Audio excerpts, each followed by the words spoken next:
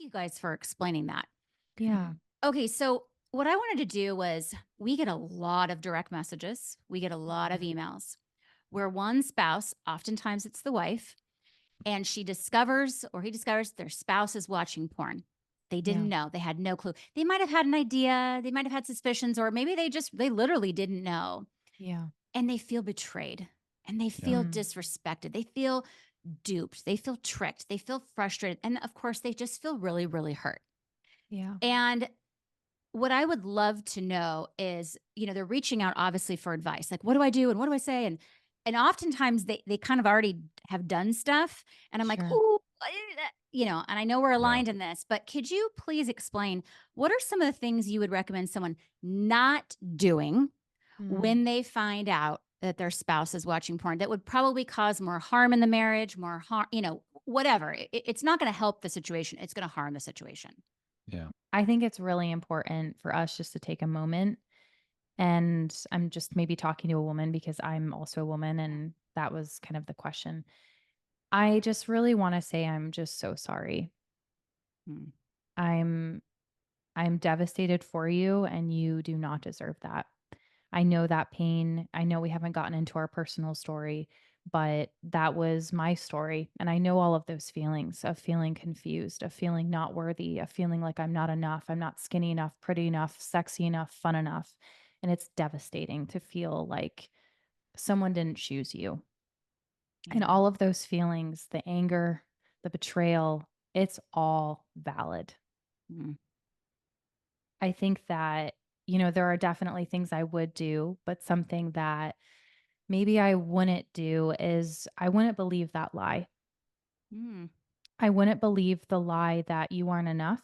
And I know, believe me, I still struggle to this day. Megan, I'm sure you still struggle with it too, of just identity and how we look. And as women, it's yeah. just unfortunately it's an area that a lot of us just get attacked on.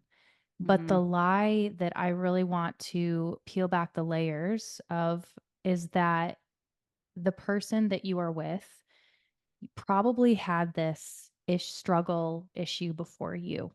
Mm, And so I think as women also, we like to just put these bricks on our back and carry them as if we could have done something, as if we could have prevented it. And also like it's a reflection of us. So I really want that person to debunk that, to look at themselves in the mirror, to have time to themselves, either to meditate, to pray, to just really process what they're going through, and then to say, "You know what? Like, this is a lie. This is not the truth about me. This is a reflection of their choices." I think that's a good place to start. And I know that this is gonna sound crazy, but looking back after being in that situation, I would highly recommend that person to really take time and process, either on their own or with someone else that they trust, yeah. because I did a lot of damage when Leighton confessed to me. I called him names. I I didn't I didn't realize, because I was so hurt and so crushed by it, that I didn't realize that he was coming to me and he was brave by doing so. That I also, like, he was coming to me kind of with like open arms of like, or open hands of, here, this is my mess. And I just like threw it back in his face.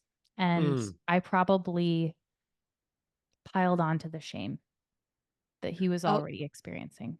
so we would want anyone to watching this to say, try your hardest. It's going to be really difficult, but to stay away from any kind of judgmental, shaming comments, Yeah. even though Mm. that's exactly what you want to do in that moment. Yeah, Yeah. yeah, because Right. that's what you feel. And, Yeah. going back to the science side, there's a book. It's called The God-Shaped Brain, and Timothy Jennings, he's got a lot of letters behind his name. I don't remember them all. But something that stood out to me was that it's not a moral problem. It's a brain problem.